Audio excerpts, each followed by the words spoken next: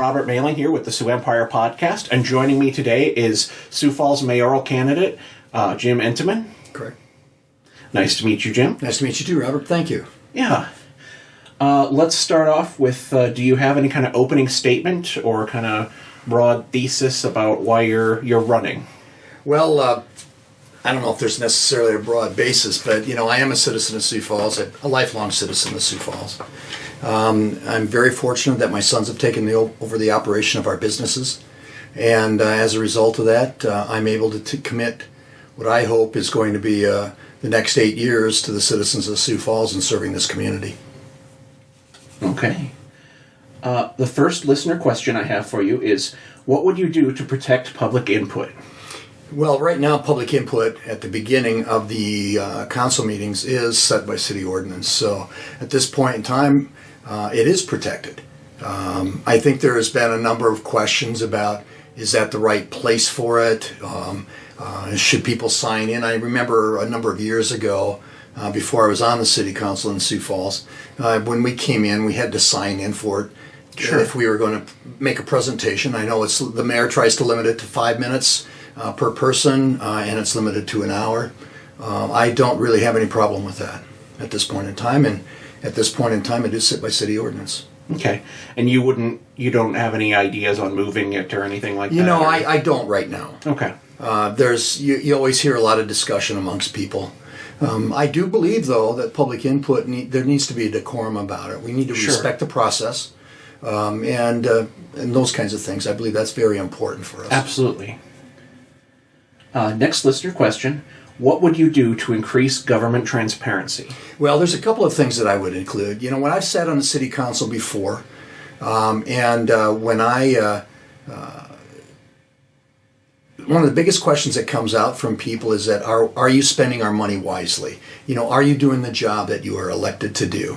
So from a transparency point, for example, in business you can go behind closed doors and you can work with your team, you can come up with new policies, procedures, you can come out behind those doors and you can implement it immediately, right? Yeah. And then at that point in time, if it doesn't work, you can go back in and change it all over again.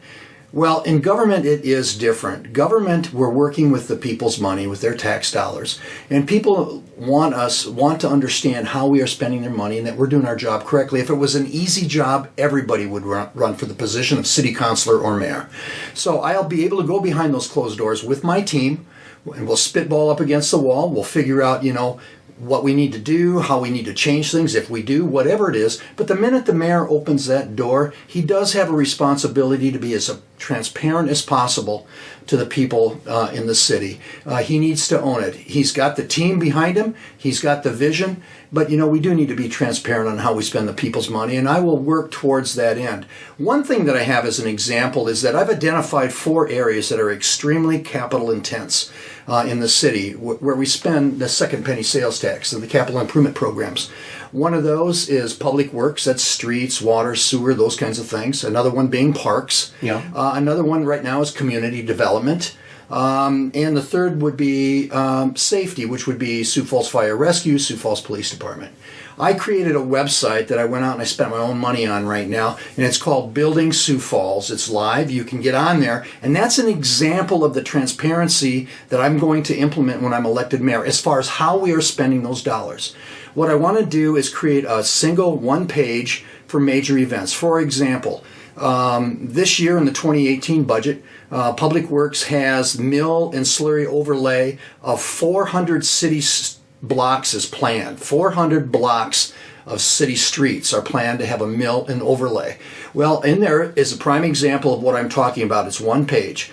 The bid was the bid was awarded to a company. It's almost $900,000 is what this will cost. Yeah. There is no start date or no ending date on it, but it's also the second penny sales tax. So it identifies where the funds are coming from. Mm-hmm. And I want to do this with all the major products and programs. Another example of that would be the Parks Department.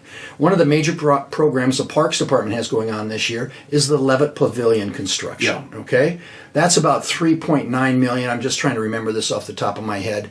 Well, of that, about $1.9 million is private donations that have been collected, and a check will be written to the city of Sioux Falls in the amount of $1.9 million by the the Friends of Levitt at the Falls and the Levitt Foundation. We'll write that check to the city Sure. when construction begins or when it finishes. I'm not sure what the timeline is. The balance of it is with CIP dollars, with capital improvement dollars from the Parks Department. Okay, it's money that's been allocated. It's at the time that I designed this website, the bids had been let. Okay, they'd received the bids back, but nothing had been awarded yet. They were going through the criteria on the bids, so that would be posted. My whole idea is that this will be a running 12-month individual one-page information sheet. At the bottom of that sheet, there will be a link to the city websites for more information. The city website has a lot of information on it, and sometimes it's very cumbersome to manipulate or travel through, right? Sure. So this will have a link to that area. There will also be an email address at the time that we implement this, and there'll be an email address so that if you have questions on the program, you'll be able to email those questions in, and then we will get back to you within 24 to 48 hours with an answer once we get that done. So this is something that I'm proposing that we will do under my administration. It's going to add the transparency and better communication to our citizens as far as how the projects are being done, what those major projects are, how they're going to be funded, and where those dollars are coming from. If it's a case of a water or sewer expansion, of course, those are enterprise funds, and that's done with current user fees that we have. If it's a case of the parking ramp hotel that's proposed for downtown, that's enterprise funds from the parking department. It's paid for with amount of cash as well as user fees that are going to be coming off of that. The lease is an 80-year lease. That's another one of the examples that I have, and $1 million will be paid for the city for that 80-year lease prior to the occupancy permit being issued. So it's just something that I put together, that I built. It's SiouxFalls.com, and all of your viewers and listeners can get on and check it out if they like to. It's just an example. No way is it complete. There'll be more detail added to it, but the concept is to keep it one page to better communicate to the public how we're spending their CIP dollars. I like that. That's very, very specific. Yes, it is. Let's see.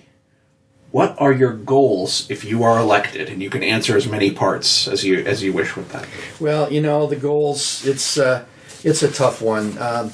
I have a working platform that I just introduced this week, and the bottom line is top of mind on everybody is still good paying jobs. People are really concerned about whether or not, if we're going to bring good paying jobs in. Safety is the second thing. It's about having a safe community. We all hear a little bit about drugs that are going on now, some of the drug issues that are going on throughout our region and everything. So safety is really built into that. And what I mean by safety is making sure that the Sioux Falls Police Department and Sioux Falls Fire Rescue have the resources they need to be successful at the jobs that they have. Because if we have a safe community to live in, we've got a safe working place to work in, our schools are safe for our children, safe housing, safe neighborhoods, and hopefully that will help bring people in, and we can develop good, safe, affordable housing programs. Affordable housing, of course, is one of those things that everybody talks about. It's top of mind for everybody. If you have affordable housing, that will create workforce development. So they kind of go hand in hand. And when I talk about affordable housing, I'm not talking about subsidized housing. I'm not talking about giving people places to live or a charity handout. I'm talking about the working man being able to afford either to live in an apartment, or the ultimate dream for all of us living in America is that we're going to own our own home someday. So it's that thing about having affordable housing for our working people. And communication and transparency. I think I just talked a little bit about that previously, but I believe that that's important. And I also believe when we talk about communication, the administration needs to communicate better with the city council and have a better understanding about, what the administration's plans are as we go forward, and involve the city council in some of the discussions that go on with that. I think that was very important. 8 years ago, when I was elected to the city council here in Sioux Falls, we had those open channels of communication. We just need to reestablish those. Perfect. Any other goals before we move on? Those are the 4 key main areas that we need to work on. Of course, I think Terry Schmidt and our Convention and Visitors Bureau here in town, the tagline that they have on their promotion materials is that we are the heart of America. I'm passionate about this community. I believe, I love to go visit other places, but at the end of the day, I want to come back home again. This is a great part of the country to live in, and it's because we are a community. And we need to continue to foster that kind of community appeal to all of our people here in the city of Sioux Falls. Excellent. Let's see. Other than expanding police, what would you do proactively to respond to rising crime? Well, one of the things that we talk about is the drug issue that we have in town. And I think rising crime, we're at 183,000 people. The next mayor is going to probably see, within 4 years, we're going to probably be in the city limits of Sioux Falls, we'll be at 200,000 people, okay? That's what the projections are. One of the things that we can do, other than just the police department, we can think about community health a little bit, and we can think about the possibility of like a triage center. I know that that's been talked about a little bit, and what that is that if the police, for example, pick up somebody on the streets for public intoxication or drugs, instead of putting them into the system, arresting them and putting them in the system, maybe we take them to a triage center where we can better deal with some of those issues and identify if there's any mental health issues going on, and hopefully get them on a path of consulting and trying to get them sober again. It's going to take a big work effort. I know there's work underway right now between the Sheriff's Department, Sioux Falls Police, Community Health, and they're also involving our major medical centers here in Sioux Falls, Avera Health. Yeah, Avera had that big announcement today. Yeah, that was a cool announcement too, concerning mental health. So that's going to be neat. But this thing dealing with and Sanford would be part of that, and the triage center concept really would relieve a lot of the burden on our ER rooms and stuff in our hospitals. Sure. But it's got to be a partnership of all of us there, I think. I know I talked with the sheriff just today about that, and he said, just throwing more money at police without treatment isn't really going to solve any problem. Yeah. So we need to take and have a work effort, and that can be led and facilitated by the mayor. I'm not saying that we're going to be able to finance that 100%, but I'm saying that the city needs to be at the table for discussion about this.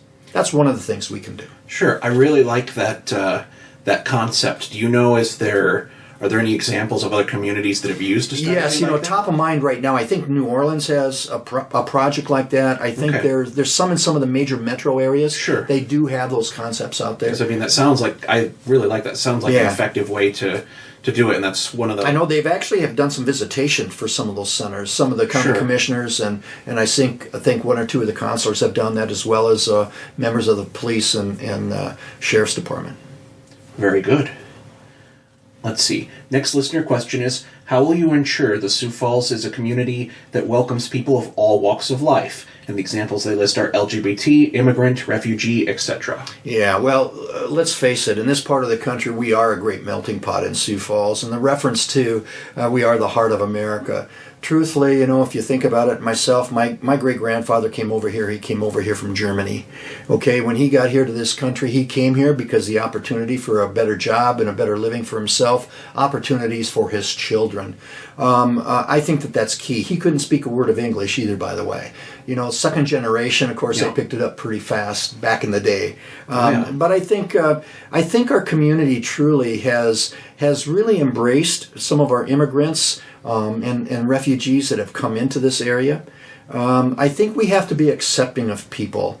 We're all individuals. As a man, I'm not going to tell a woman how she should run her life or how she should take care of her body or any of those kinds of things. That's my job. It's up to that's not my job. Right. It's up to family. It's up to your own religion, your own beliefs on how you do things, and working with the people that you know. And I think that for the most part, we have been embracing of people that have come in from here. We are about 85% white in our community, but in our schools, I think 39% of our students are of other races. There's other a major colors. shift when there you is look a at the big age shift coming up. spectrum. Yeah, and I think what's really impressive is the way our children embrace the diversity of our community.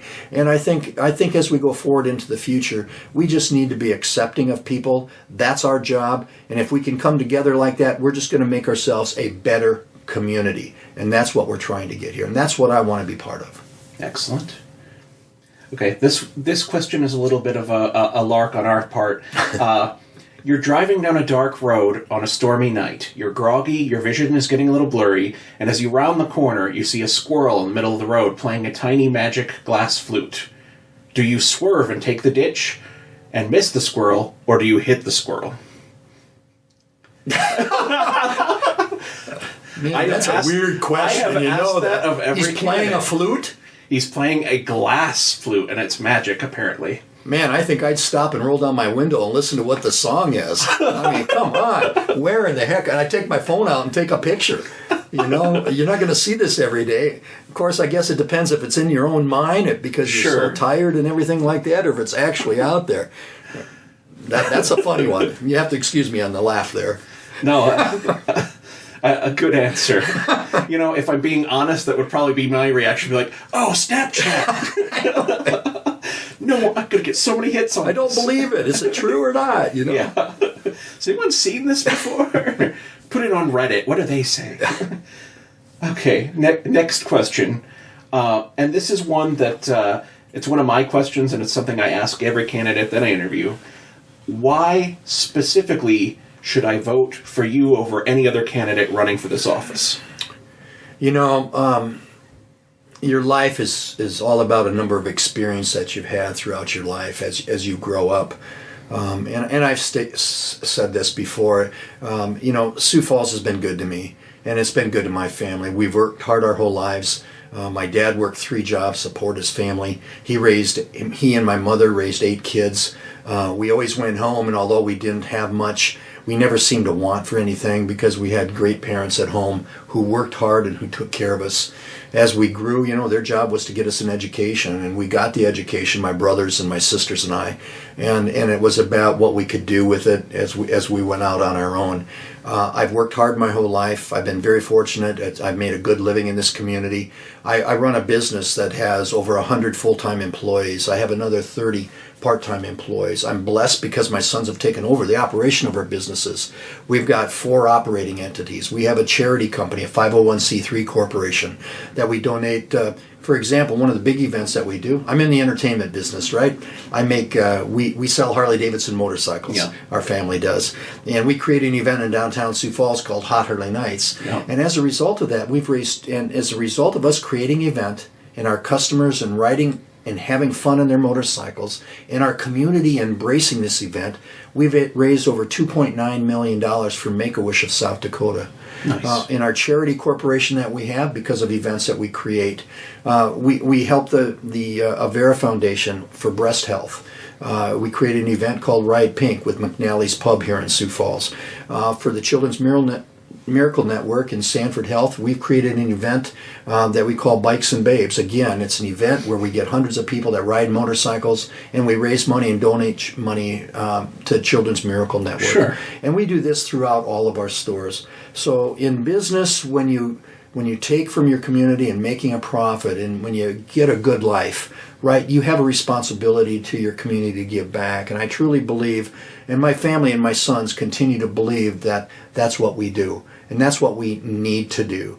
I've got the experience of a company that started out with 2 employees. I remember having to write paychecks for my employees and not paying myself because there were troubling times throughout the years, right? 45 years of experience of running a business and being part of the community and giving back to the community. Serving on the city council in Brandon, South Dakota in the 1980s and the 1990s. I served 15 years on the city council when Brandon was really growing fast. I served on the city council here in Sioux Falls. I was elected 8 years ago. And the reason I didn't run for a second term at that time is because our family was growing. Our business was growing. We'd bought another dealership. My sons were running the operation. We had to commit to building a new store and buying land and building a new store. That was the requirements of Harley-Davidson. So I tended to that, and I could not do justice to the citizens of Sioux Falls, do justice to my family, and continue with the succession planning that we were doing on our business.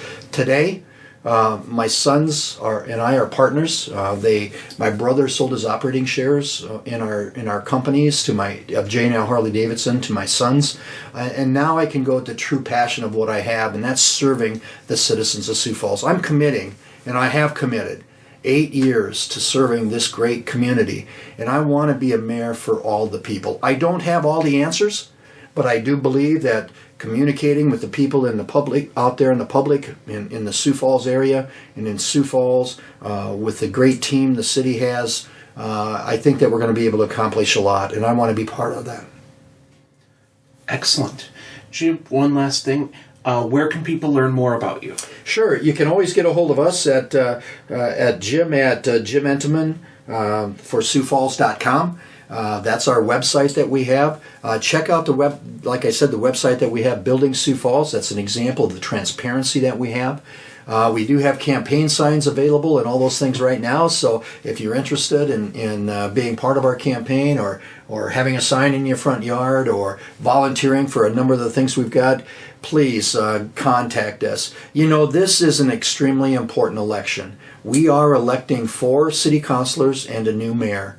I really truly believe that if we're going to continue to be a progressive community in the state of South Dakota and our region, that you do need to get out there and vote. We need you at the polls, Hear, hear. and hopefully that I'm the one that you're going to vote for. So vote for Jim Entenman on April 10th, and we'll go from there. Excellent. Well, thank you for joining us. Thank you.